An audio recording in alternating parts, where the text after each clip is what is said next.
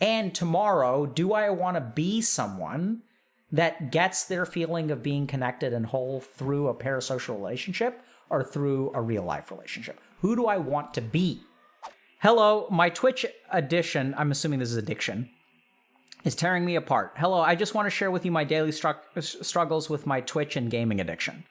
Since I was 8 years old, I've been watching how other people play video games from a local TV show. Wow, dude, that's dope. I'm an introvert and I have social and communication problems, very shy, etc. Now I'm 19. I can literally watch Twitch all day long. I have my favorite streamers, and in my worst times, I can feel pretty bad if I miss a live. Oh, interesting. It's like I'm missing something important. The bonds are too strong, the bonds that I don't have with my IRL friends. I feel like all my social needs are covered when I watch these streamers talking to me. I love to be passive. I don't really have to talk to anyone at the same time I feel surrounded by people. I don't like using the chat. I don't meet new people. I know it's not a healthy relation, the one I have with Twitch.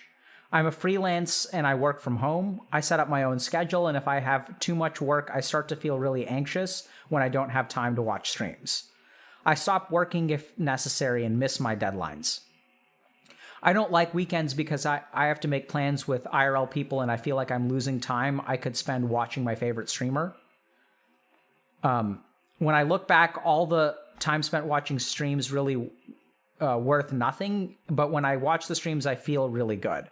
As you may think, I feel pretty depressed and when not watching streams. I'm losing real friends and experiences.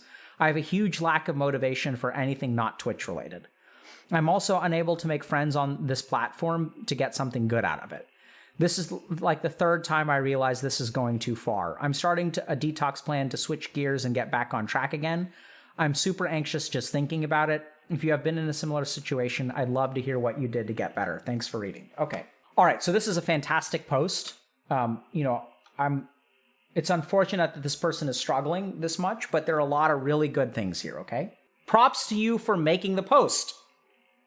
Right? So we've got to be careful, because when we feel like we're making a mistake in life, our mind will do anything to convince us that we're making a mistake in life.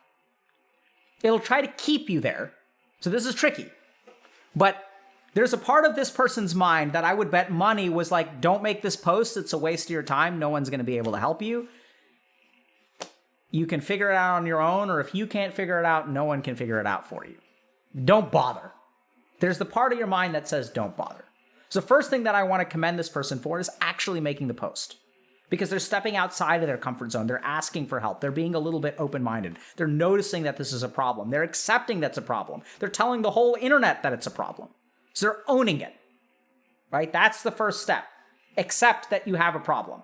So good job, OP. Couple of other things to note, okay? So second thing is, let's talk about psychology, neuroscience, and development, cognitive development. So this person has been watching video games since the age of 8, and they're now in their late 20s, right? So what this means is that the parts of your brain that enjoy social interaction or are capable of social interaction and get satisfied from real life interactions are kind of rusty. Your brain has evolved to get social needs met through Twitch. So this is going to sound kind of weird, but there's something that I see, unfortunately, a lot as a psychiatrist called death grip syndrome, which is when people masturbate for a long period of time, years, and then when they actually have sex for the first time, they're not actually able to achieve climax through sexual intercourse. And it's because they've physically trained their body to climax in a particular kind of stimulation. And so it just takes time to rewire your neurons to get satisfied from this other kind of pleasure. And the weird thing that I've been seeing is it's not just physical. It's just the example that I use because it seems to relate to people. But it can be anything that our body acclimatizes to, right? So if we're kind of thinking about, even my tolerance for spicy foods, if I grew up not eating spicy foods, it's going to be hard for me to tolerate, eating spicy foods. And in that same way, so your brain has learned to receive social satisfaction from Twitch. So cognitively, you've developed that way. You've developed with parasocial relationships, so they feel more satisfying to you. Now, thousands of years from now, people may sort of philosophically debate, or even today, about whether online social relationships are better or not better. Maybe it's like a current judgment that our society holds. I don't know. But for now, if you want to engage more in the real world and you place more value on that, recognize that it's going to take some time for your brain to adapt to real world relationships. Okay, so it's just going to take some time. So put yourself out there, go into each of those social interactions, recognizing that this is going to be harder for me. I'm not going to enjoy it as much. And it is one step towards the life that I want to live. And that's key, right? So here's the big thing to remember. Whether things are easy or hard, think about your dharma. What's my duty? What am I doing this for? So I'm doing this because on some level, I find these Twitch relationships to be insufficient. So today, let's say your friends want to make plans with you, right? So they're calling you, they're like, hey, do you want to hang out on Friday? There's a part of you that's like, I'm going to miss this stream. So just think for a second, pause for a second, and ask yourself, who do I want to be tomorrow? Like, am I going to miss the stream? Absolutely. Am I going to have less fun in real life? Absolutely. Am I going to love being here and watching the streamer live? Absolutely. Am I going to feel connected and whole by being on Twitch? Absolutely. And tomorrow, do I want to be someone that gets their feeling of being connected and whole through a parasocial relationship or through a real life relationship? Who do I want to be? It's not about what you get, it's about what you want to be.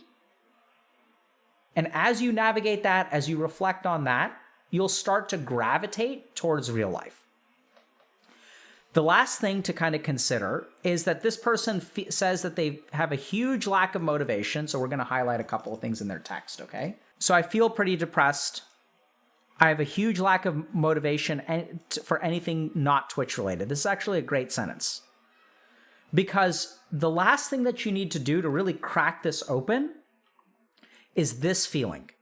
I feel pretty bad if I miss a live stream. Why?